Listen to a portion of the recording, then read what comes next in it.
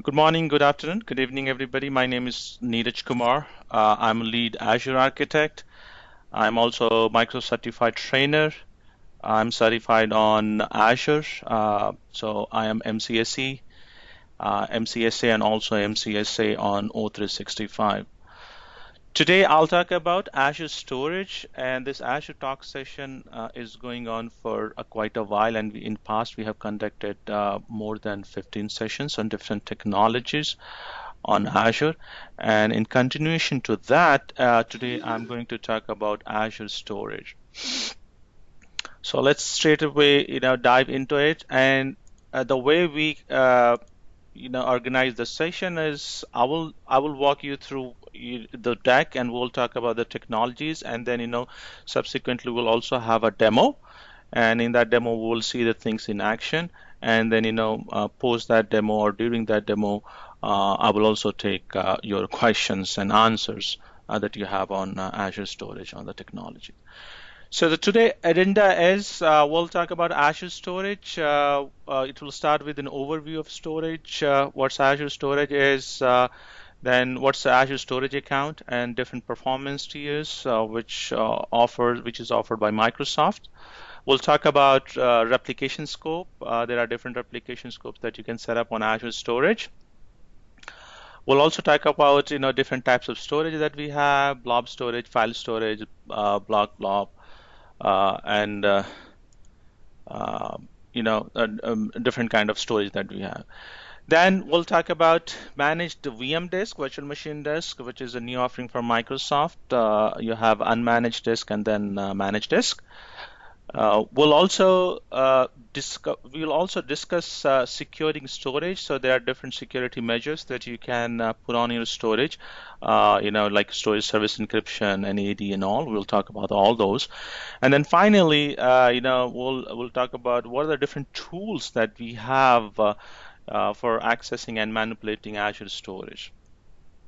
And then at the end, we'll dive into the demo, and we will see all things in action.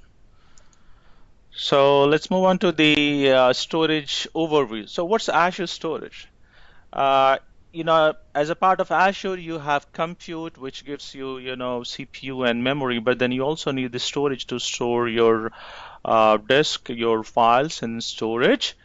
So Azure Storage is a service, is an offering platform as a service offering from Microsoft, which offers you a service to store your files. You can store your files, tables, or messages. You can also store your VM virtual disk. So anytime you provision any VM in Azure, you will need a Azure storage or Azure storage account to begin with. This is a PaaS cloud offering from Microsoft, so that means that these are public endpoints and you access it over internet. All the traffic is encrypted and you can enforce that encryption. Any storage service that you provision in Azure, it utilizes industry standard REST API. REST API is representational state transformation protocol, and it uses that REST API. It's industry standard, and it's compliant with that. So you can use your Azure storage service, and you can use your .NET library code, storage.NET library code, to interact with Azure storage. So that's about Azure storage. Now, Azure storage can be categorized. It can be thought about, three different categories that you can think about. So, the Azure storage for virtual machines, so which we'll touch upon today, but not in deeper. We'll touch that in next session where we'll cover Azure Compute and we'll discuss those. So, Azure storage for virtual machine is the two services that probably you would utilize. One is for storing your disk, so you have your data disk, you have operating system disk, and so on. So that will utilize for your virtual machine. The second option is where it's you will use it for the file system. So like SMB file system that you have, usually the NAS system that probably you will build on-prem. So Microsoft also has an offering for that. It's called Azure File System. So you can mount this file system as a drive, map drive onto your VMs, and then you can utilize that. And this can be done from on-prem. This can be done from a VM inside the Azure, and we will see that in a demo. The second kind of data, the second kind of category is your unstructured data, which means any kind of media file, pictures, or like documents that you have. If you want to store those, Microsoft offers you a solution for that. It's called Blob offering from Microsoft. So that's Blob storage is basically object level storage, and using that you can store your documents, you can store your pictures, you can store your media, you can store your anything which is not structured data, which is unstructured data. Microsoft also has other solutions which probably will not touch upon. We'll only concentrate on Azure Storage and Azure Storage Account today. The third one is structured data. So what do I mean by structured data? Structured data where you have a predefined format to store your data. So some of the options that you have in structured data is you have Azure Table where you have key value pair. So you have row key, you have partition key, and you will store your information in that. And when you want to retrieve it, you can retrieve it by specifying your partition key and row key. So it gives you a structured format to store data.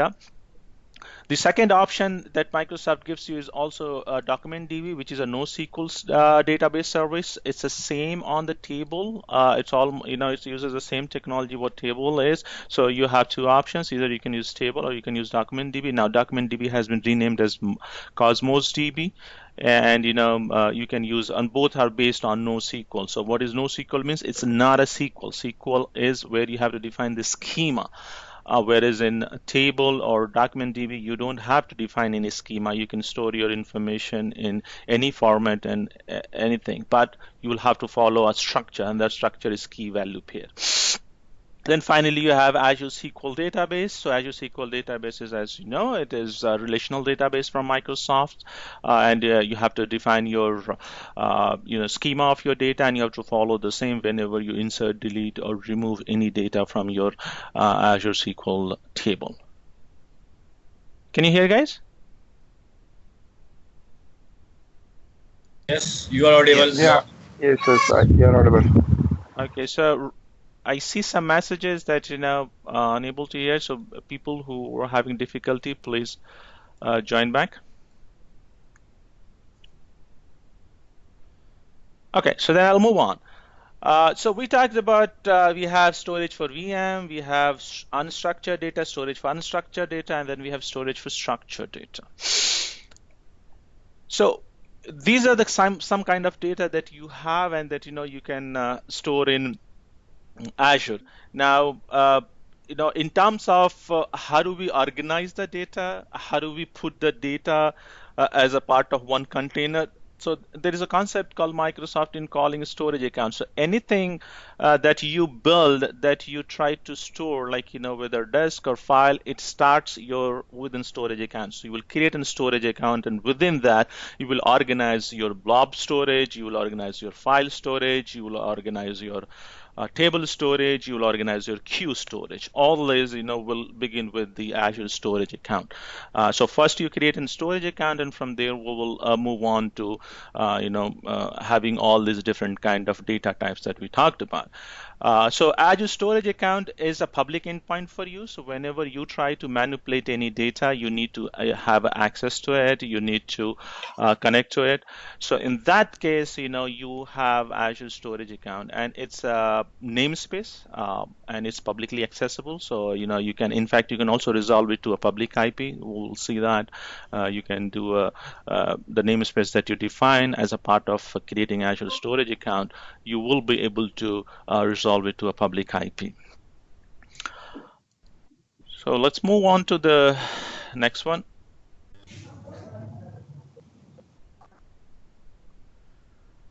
Before that, I will take a question. Any question on the first slide?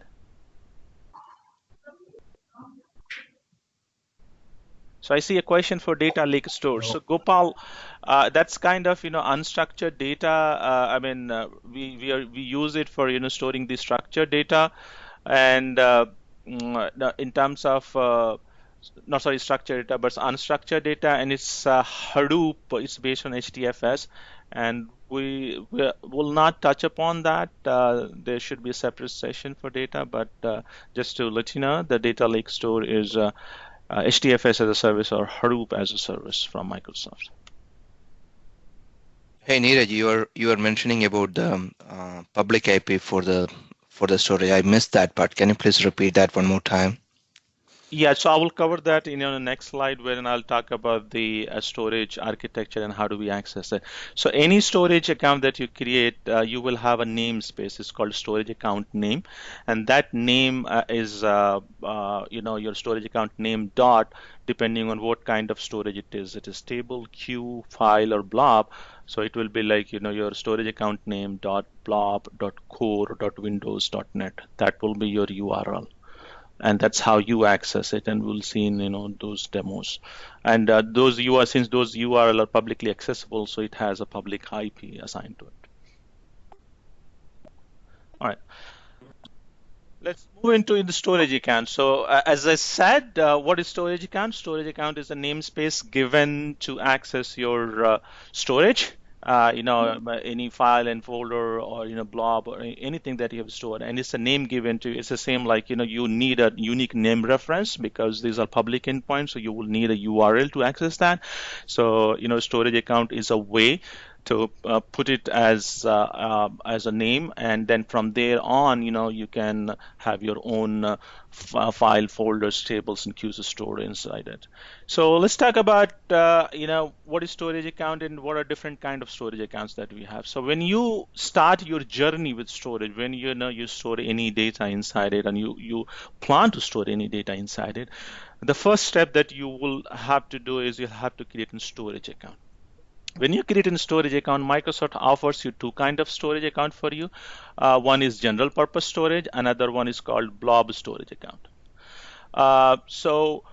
In case of storage account, the general purpose storage account is what you will use, for all your most of the time. So a general purpose storage account is you will use when you want to store your VHD. That's when you'll select your general purpose storage account. You will use general purpose storage account if you want to store your data in table in entity format. You will use general purpose storage account when you want to use queue for messaging between two components or two application components that you have. You will use general purpose storage account for file and blobs. And when I say blob, these blobs are basically where you will have your VHD. So VHD is also stored as a blob, and we'll talk about the different kinds of blobs that you have. In terms of the performance tiers, any general purpose storage account that you will select, Microsoft offers you two kind of performance tier. One is called standard storage, and another one is called premium storage. So standard storage is backed by HDD, which is in a magnetic disk hard drive. So depending on what is your IOPS requirements, you can go with standard. Maximum you can get up to 20,000 IOPS per storage account, and depending on the VM and the disk that you choose, you can get IOPS per disk, and that could be around 500 or more depending on what kind of VM that you choose. The standard storage performance is offered for table, queues, and files. So if you have a table or queue and file, you will select obviously general purpose, and then you will select the standard storage. So there is another one which is premium storage. And premium storage is based on solid state disk, so which is expensive but pretty fast, and you will use premium storage for VMs which require high IOPS, and it can give you up to 80,000 of IOPS. IOPS is input output processing service, you can say, and this IOPS is you need to measure the performance of your disk, of your storage. So standard storage can get you up to 20,000 IOPS, and premium storage can get you up to 80,000 of IOPS, one storage account. And it's only supported, premium storage is only supported for Azure Virtual Machine Disk. So that means if you select a premium storage, you cannot have table, you cannot have queues, you cannot have files, or you cannot have regular blob. Though the virtual machine disk is also stored as a blob, but it's a different blob. It's not a page blob. So the virtual machine disk are also a blob, binary large object format, but it's page blob, and we'll discuss about what are different kind of blobs that we have in next slides. So to recap, you have general purpose storage account, then you have blob storage account. So general purpose storage account, you have standard and premium. Standard, you can store table, queues, files, blob, and Azure virtual machine disk. It's backed by HDD. Whereas premium storage account, it's backed by solid state drive, SSD, and it gives you very high performance, but it's expensive. The way you are getting charged in case of standard storage, you are charged for what you consume. So let's say you provision 1 TB, but you're only consuming 100 GB out of that, you will get charged of 100 GB. Whereas in case of premium storage, it's provisioned IOPS. It's you get charged on the provision. So let's say if you have carved out SSD of let's say 1 TB, and if you're only making use of 100 GB, you will still be charged for 1 TB. You will not be charged on actual consumption.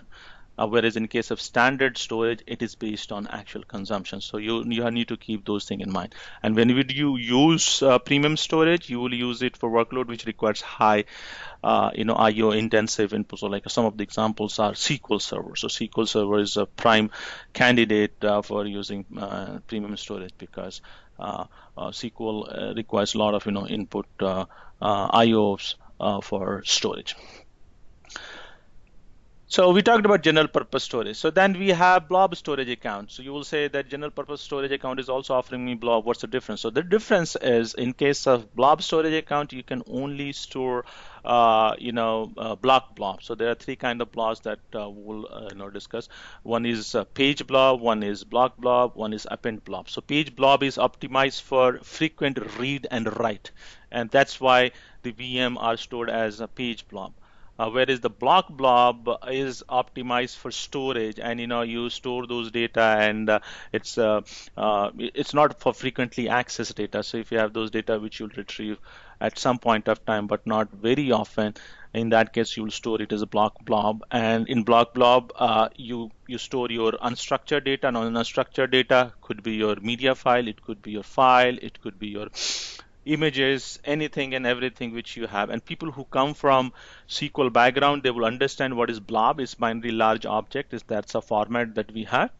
So if you have any requirement to store the data which probably is a blob, or which is like an unstructured data, and you have that requirement, you can use blob storage account. And Microsoft offers you two kind of access tier in that. One is called hot access tier, one is called cool access tier. So hot access tier is if you configure your blob storage account to be hot access tier. In that case, your file is stored and your object is stored, and it will be more frequently accessed. Now, when I say more frequently accessed, obviously it will not be on the same level of optimization that we have for the page blob, which is for the VHD. But even for this block blob also, or these objects that you have built out, you will need to request access to it. So you will use hot access tier, if you access it frequently. The second option that you have is called cool access tier. Cool access tier is for the object, for the data that will store, and you will retrieve it very late. So a very classic example could be a backup. So you take a backup, but you retrieve it only maybe once a year when you have to do a DR testing, or maybe once a month, depending what's your cycle. So it's not frequently accessed, so you use cool access tier. The difference between these two is in hot access tier you get charged on the storage, whereas cool access tier is cheaper, but there is a cost associated with it. When you retrieve it, you have to pay the retrieval charges. You have storage charges and you have retrieval charges in case of cool access. In case of hot access, you have only one charge. All the time, you can access it. Whereas cool access, they discount you 50%, and then when you try to retrieve it, they will charge you for retrieval charge. So, if you have infrequently accessed data and you anticipate that you will not require a frequent access, in that case, you will go with, cool access tier and save money on that. And probably backup could be one good example where you will use this. So moving on to the next one, any question? So what you said is like for the cool access, you have to you have to pay for the storage charge as well as the retrieval charge, right? Correct. Correct.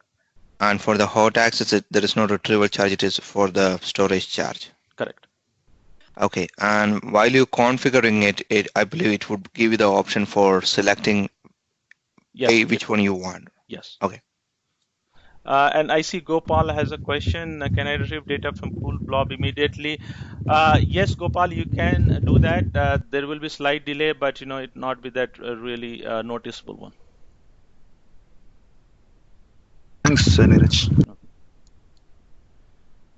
And one thing I should also mention, between this hot and cool access tier, obviously, you have these tiers to define tiers, and Ranjit has asked this question. So when you create this storage account, you will get all these options. You will get to choose general purpose storage account or blob storage account. Then when you select, depending on what you select, you will get a performance tier, standard performance or premium. Everything you will get into the portal, and we will see that in action. All right, so let's move on to the storage replication. So any storage that you put in out, by default, Microsoft will replicate, will maintain, multiple replica to make sure that you don't lose your data, because Microsoft has to maintain, high availability and 99.99% availability for you. Now, in order to do that, what Microsoft has done by default, they offer you 4 kind of replication options that you have, and in short form, I will. To begin with, you have LRS, which is called locally redundant storage. So what that means? That means that Microsoft will maintain 3 copies. 3 copies is the minimum. Anytime you create a storage account, Microsoft will maintain 3 copies for you, irrespective of minimum 3 copies, irrespective of what options that you choose. So LRS offers you 3 copies of your data. Microsoft will maintain it, and you don't have to do anything. It's automatically maintained and managed and replicated by Microsoft. So in case your 1 copy is corrupted, Microsoft can always retrieve it from 2nd or 3rd copy. So you have local redundant storage. You maintain 3 copy. You have zone redundant storage, which also maintains 3 or 4 copy. And the difference between these two is, in case of LRS, the data is replicated within a single facility. So what that means? That means Microsoft have Azure region, right? And let's say you have South Central, and in every region Microsoft has multiple facility. So when I say multiple facility, you can understand that as a data center. So they have a data center. So in case of LRS, your replication that will be within the same data center. Now, in case the data center is down, your data is also down. And if you don't want to take that kind of risk, in that case, Microsoft offers you other kind of replication. So one is your zone redundant storage. In case of zone redundant storage, though Microsoft maintains 3 copy, in fact, it's 4 copy, 3 or 4 copy, but it's maintained across 2 to 3 facilities. That means, it's not stored in one data center, but rather than Microsoft maintaining multiple data center, and that data center can either be in the same Azure region or it can be across the region.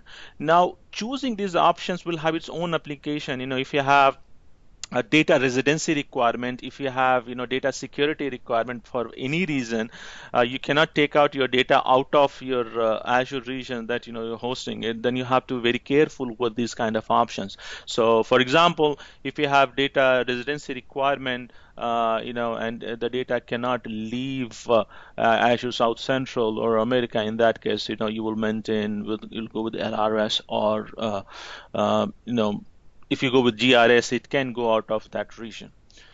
The third option that Microsoft offers you is called geo-redundant storage. Now, geo-redundant storage, it maintains 6 copies for your data. Now, when I say 6 copies, these 6 copies will be spread out in primary and secondary regions. So Microsoft has paired region. For every Azure region, they have a primary region, and then they have secondary. So for example, you have America South Central, and America South Central paired region is North Central, and vice versa.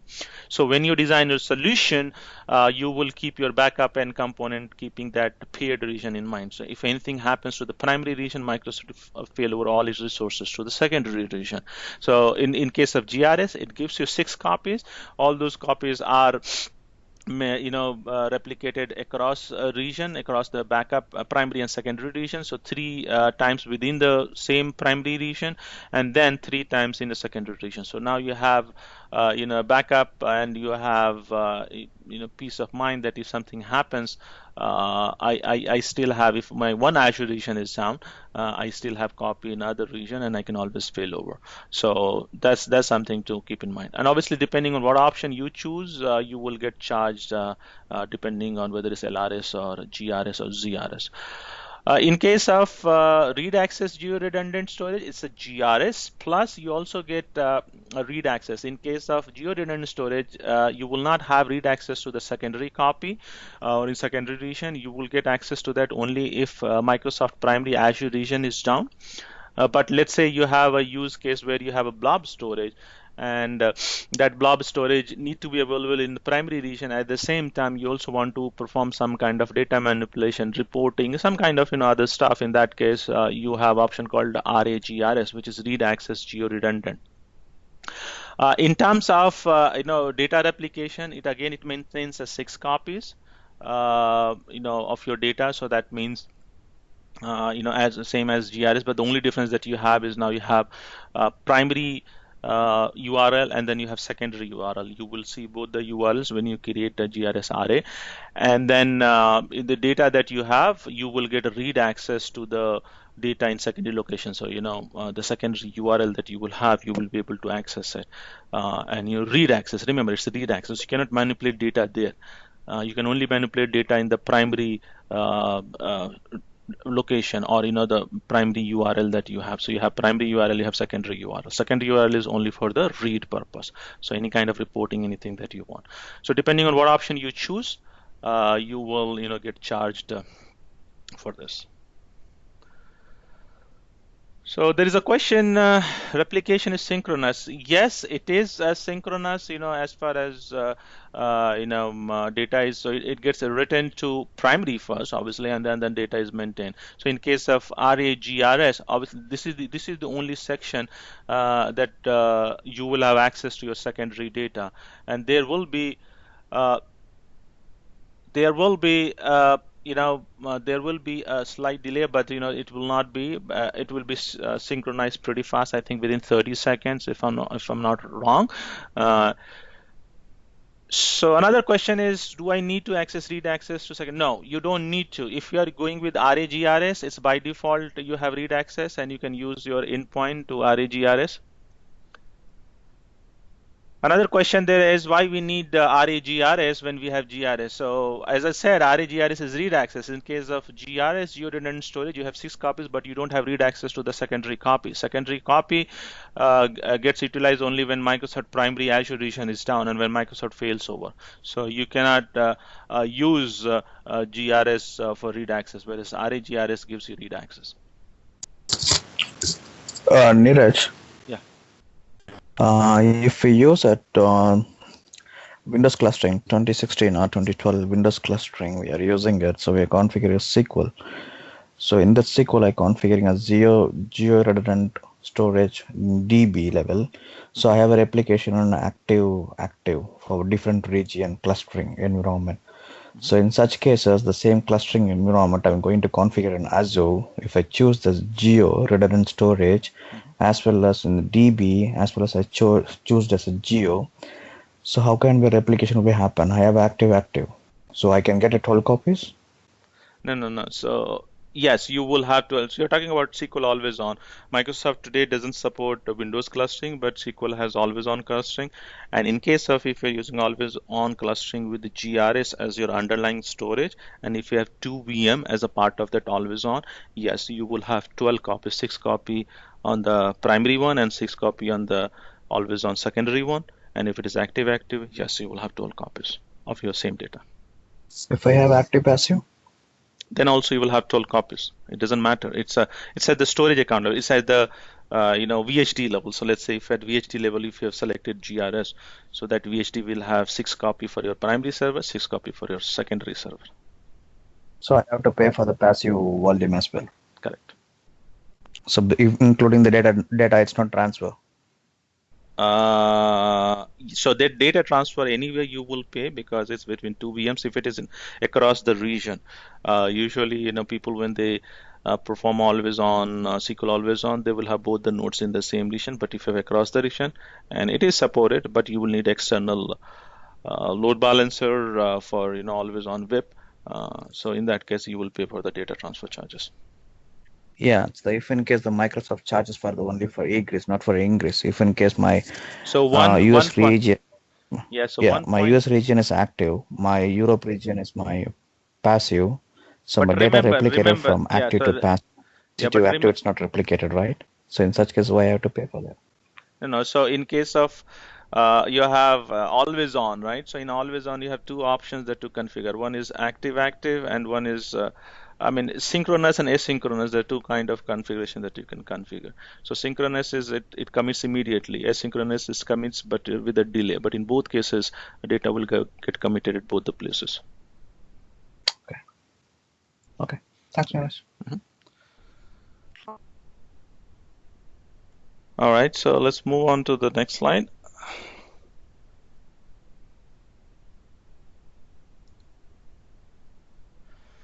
Okay, so types of storage account, right? So we talked about different storage account. Now it's the time to talk about different types of storage that Microsoft has to offer. Microsoft offers you when you create this storage account, you have blob storage, you have file storage, you have queue storage, and you have table storage. So let's talk about one by one. What is blob storage? So as I said, blob storage is object storage. It's based on the blocks depending on what kind of blobs you have. Microsoft offers you three kind of blobs. One is block blob. The second one is append blob, and then finally is the page blob. So append blob as a block blob, as I said, it's ideal for storing any kind of unstructured data. So it could include your any bin file, MSI file, exe file, any kind of installation file. It can also store any information like documents or if media. Media means pictures, videos, any and everything kind of that. So depending on what's your use case. So let's say if you have a website from where user is uploading an image, you will store that image in block blob. You'll create a block blob data type, and you will store your image there.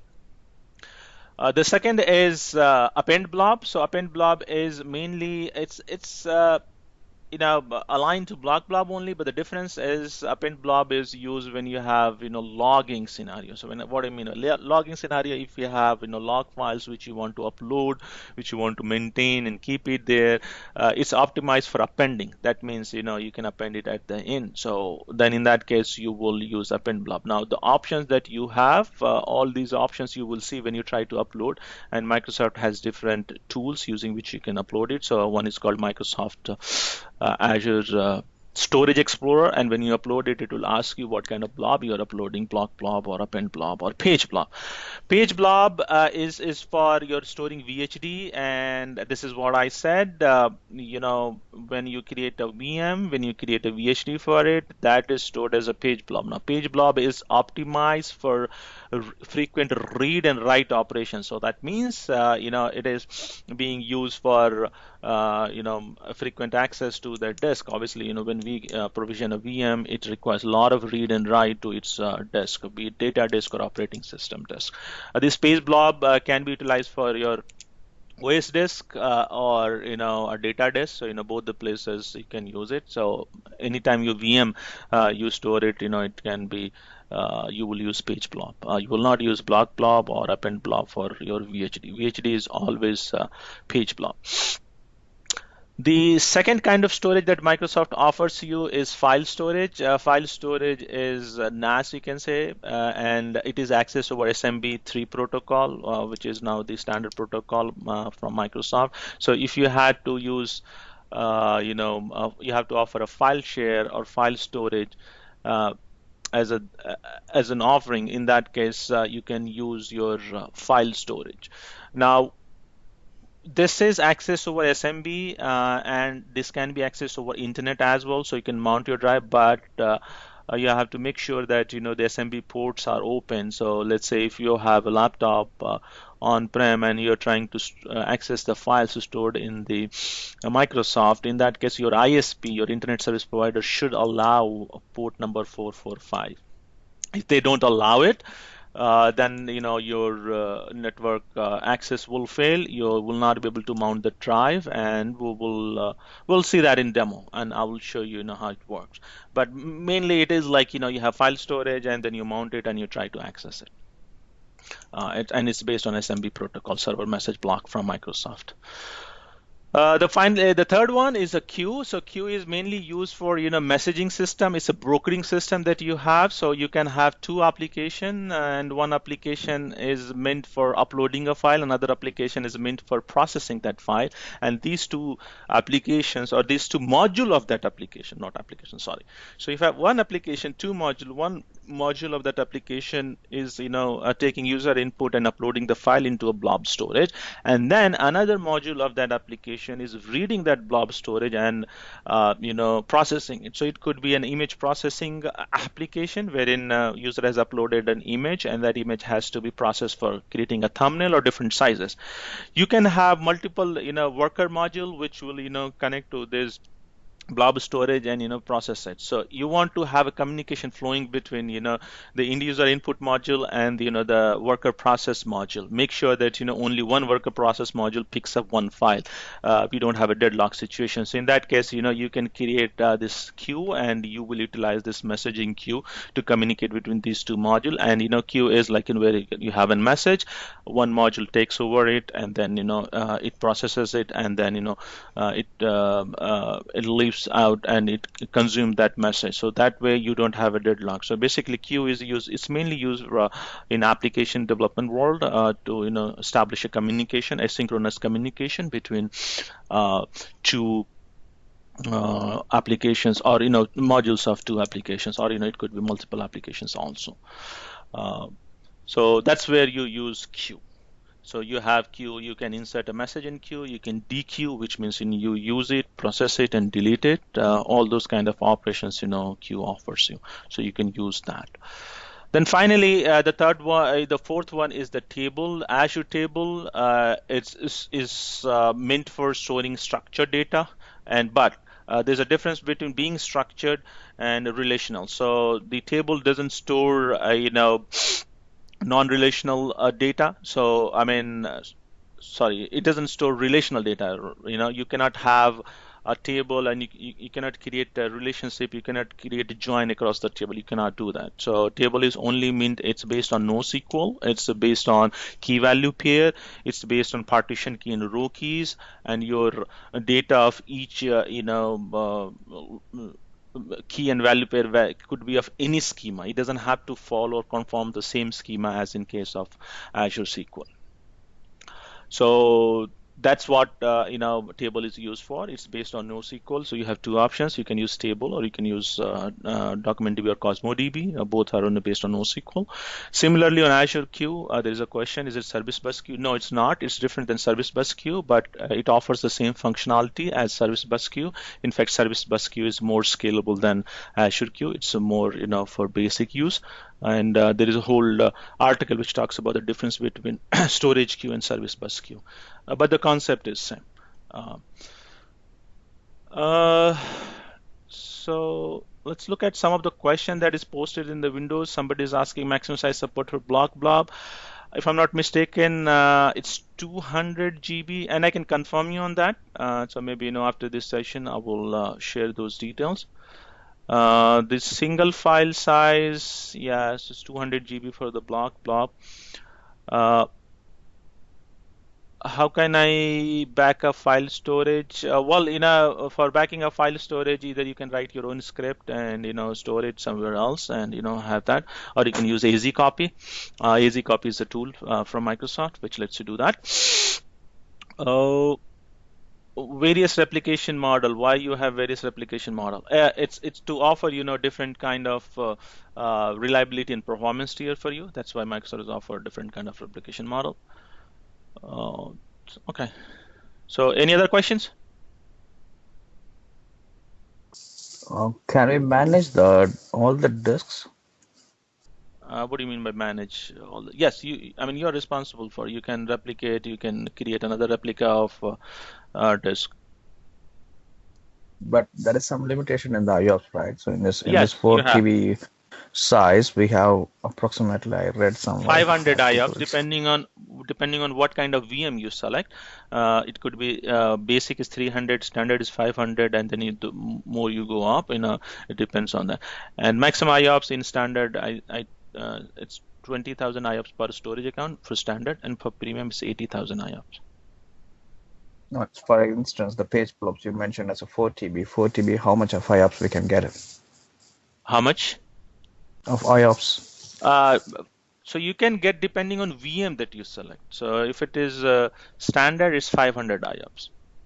Okay. And if it is, we have different tiers that you have DV series and all those series. So every series offers different kind of IOPS. So you will get that kind of IOPS from the storage account. What's the maximum size of I can able to create a storage account? It's 5 TB or 50 TB? So the entire size of the storage account, it could be more than that, and I need to get you the exact information. But if I'm not mistaken, it's a really big number, and I can get you those details. Lalit here. Can I add one point here? Yeah, sure. Go ahead, Lalit. Yes. For files here, you just go ahead and add for 5 TB.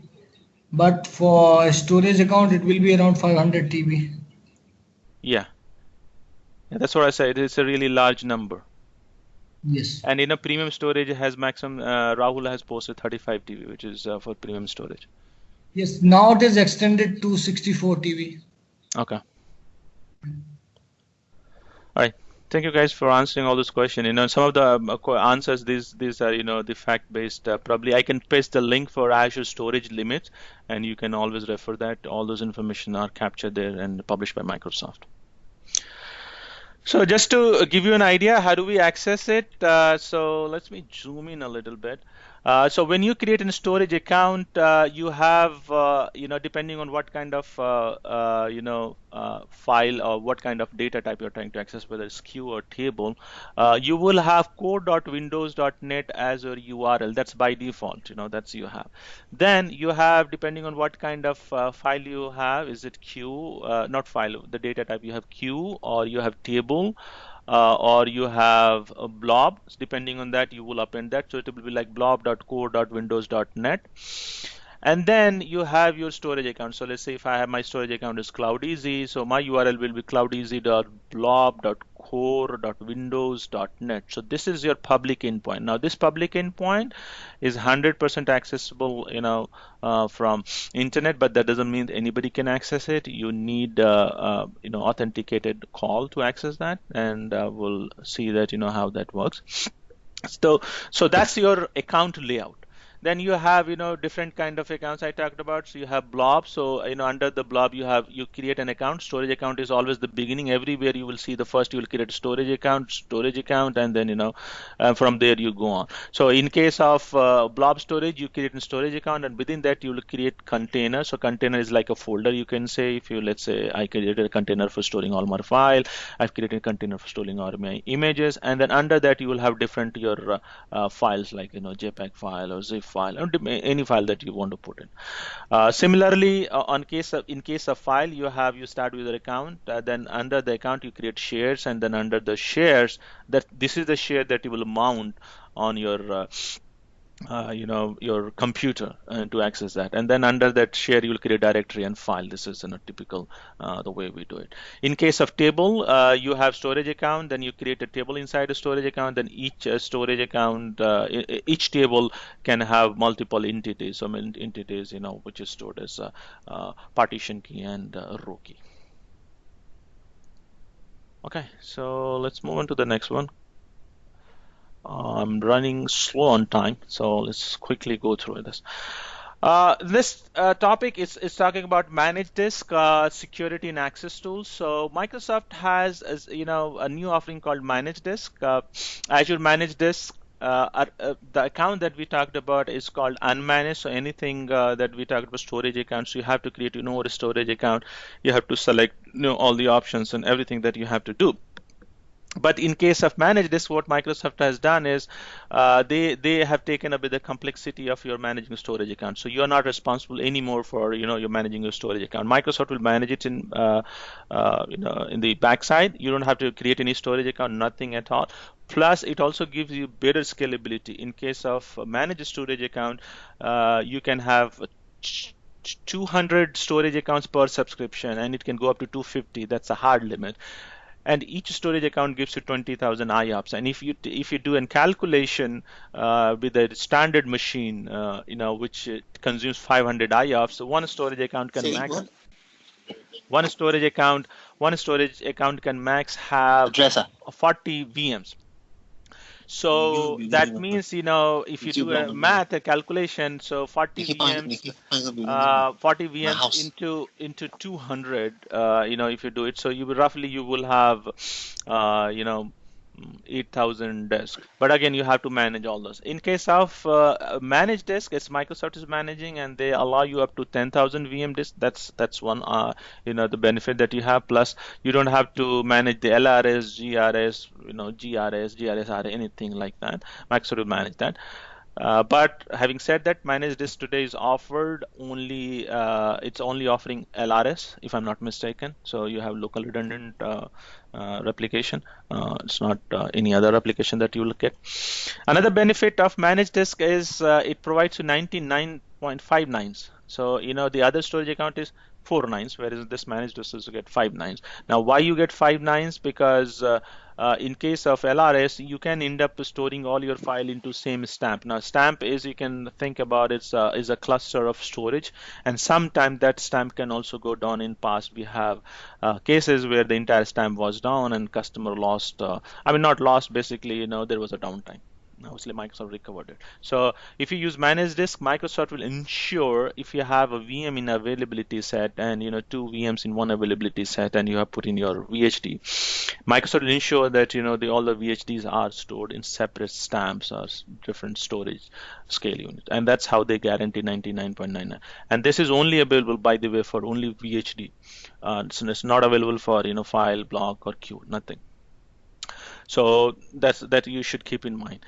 It's expensive, but then also it takes away the complexity. You get higher availability. So if you're running a mission critical workloads, you can use managed disk. You can use standard. You can use premium. Both options you have available, and you can use that.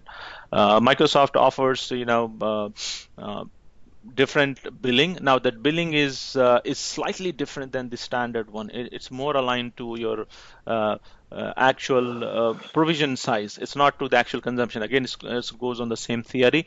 Earlier we saw the standard, they charge you in the actual consumption, whereas the premium, they charge you on the provision. Same goes with the managed disk also. In managed disk, even if you go with standard, then also you get charged for the provision disk size. You don't get charged for the actual consumption.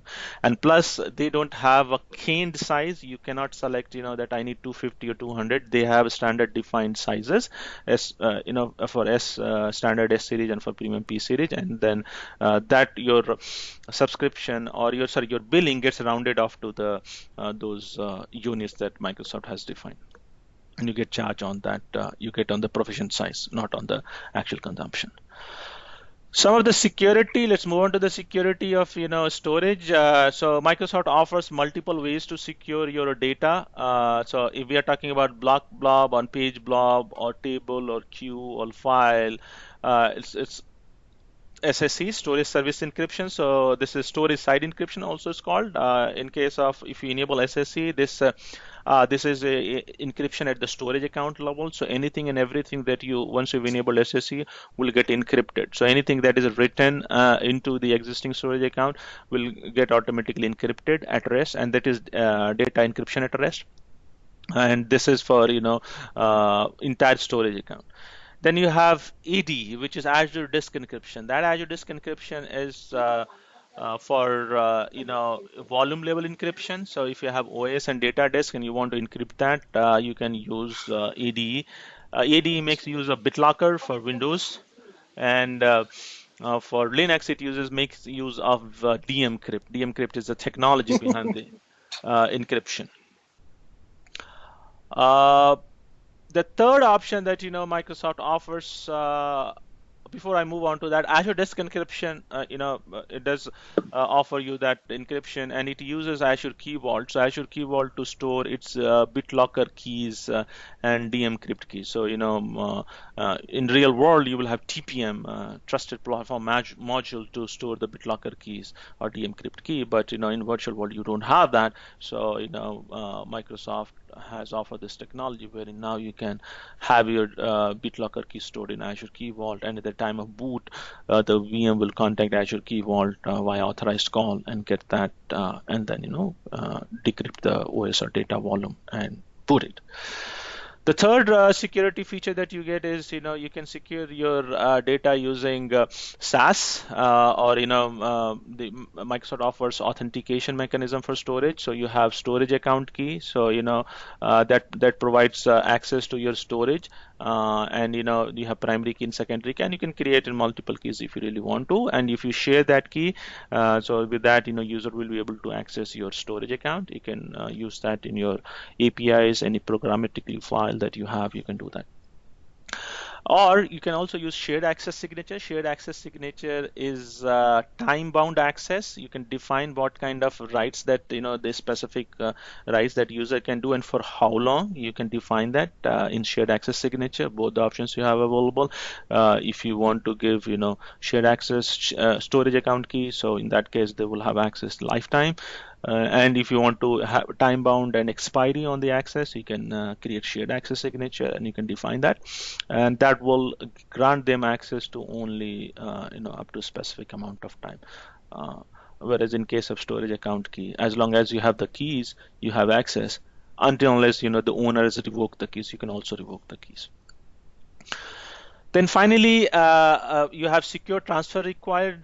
This is the setting. If you set it on your storage account level, what that would do is, if anybody is trying to retrieve your data, even though they're authenticated, but they're trying to access the data using HTTP. So I see that a couple of people have complaining that presentation is not visible. Is it the same case with everybody? It is visible. It's good for my side. Yeah, for me also okay. Okay. All right. So maybe people who have problem, they can rejoin.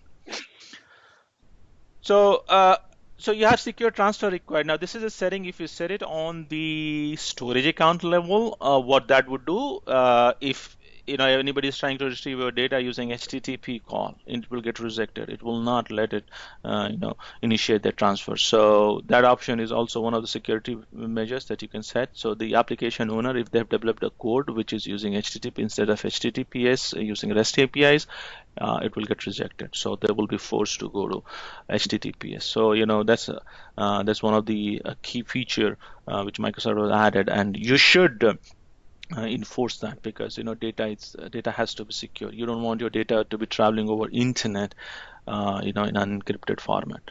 So these things, so you have data at rest, encryption for data at rest. So you have SSE, you have ADE, Azure Disk Encryption, which provides you data encryption for data at rest. And then you have role-based access, RBAC model, for allowing who can access what kind of data, so using storage account key and shared access signature. And then finally you have data in transit encryption. So if you enable secure transfer required, that will force people to use encrypted channel to retrieve your data. Then moving on to the access tool, what are different access tools that you can use to manipulate the file, folders, block, queues, storage? So Microsoft offers you three kind of tools that you have. You can use PowerShell. So using PowerShell, you can manipulate your storage account, create it, delete it, set all these properties. You can also use it through GUI. Nobody's stopping you, but PowerShell is another option that you have. The second option that Microsoft has, it's a downloadable tool called Azure Storage Explorer. It's a standalone app, and you can download it.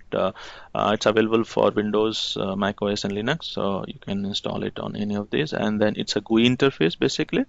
You can manipulate each thing and everything, and we'll see those things in action. And finally, you have AZCopy. AZCopy is a command line tool. It's a Windows command line tool, and if you really want to manipulate your Azure Blob Storage, you can do that. And it's extensively used for scripting purposes. If you had a script scheduled copy of Blob Storage from one storage account to another storage account, or downloading it, keeping it local, or uploading anything from, and you want to do it in a scripted way, you can't use Azure Storage Explorer because it's a GUI format. It's mainly for indie users that the account that they have, they want to manipulate it.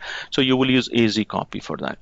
So you have PowerShell, you have Azure Storage Explorer, and then finally you have AZCopy. So these are the three tools that you have that you can use it. Any questions before we move on to the demo? Neeraj. Yeah. Neeraj, if storage service encryption enabled, then AD required? So see, these are it serves two different purposes. SSE is encryption at the storage level, at the storage account level. AD is at encryption at the volume level. So you will require both. In some time cases, you will require both. So for example, if you don't want people to steal your VHD and boot up using that. So in case of AD, even if they steal your VHD, they cannot boot it up because they'll require the BitLocker key. Okay, got it. Thank you. What about Azure CLI? That is also the tool, right? Yeah, that's right. Yeah, you can also use Azure CLI. So PowerShell and Azure CLI. Yeah, that's correct. Neeraj, can we convert from managing disk from standard to provisioning? So initially I can build with work with this. Yes, you can do that from standard to manage, and those conversion is also available. And I think we'll have a much broader session when I will cover the compute. There we'll go much deeper into that because managed disk is purely for VM. So we'll discuss that. The conversion is possible. All right, in single VM or single disk, I can multiple security purpose. For example, the root volume I'm going to use this ADE, and the logical volumes I can use secure access to your data. Can you use it? Yeah, so you can have AD enabled for one volume or another. You don't have to enable it on the entire. You can do that. Cool. Hello. Yeah. Yeah. My question is like, if I have a VM with the managed disk, so if I delete the VM, will the OS disk and data disk attached to that VM will get deleted, or where that disk will be? I don't think it will get deleted. You will still have access to that, but I know I can confirm you on that. But as far as I know, it shouldn't get deleted. But I can confirm. Okay. Yeah, it can't be deleted. So you have to manually go and delete it. Neeraj, I'll just add the point. So whenever the VM is got deleted, the disk would be saved. So it won't be deleted at all. It will be there in the container. No. This question was for the managed disk, Lalit. For the managed disk. Okay. Yeah. So I'm really not. Sorry, this is Bala. Yeah, Bala. Hey, in the previous slide, like we have the shared access signature, right? The shared access signature, I think it will be by default. It will be set for 1 year, I guess, right? Yeah, you can control that duration time period. Yes. We can do that through PowerShell or PowerShell. Yeah, you can do through PowerShell. You can do through the GUI. Both options you have. Okay. Okay, one last question, Neeraj. This is Rahul again. Yeah. So if I convert the unmanaged storage account to the managed storage account,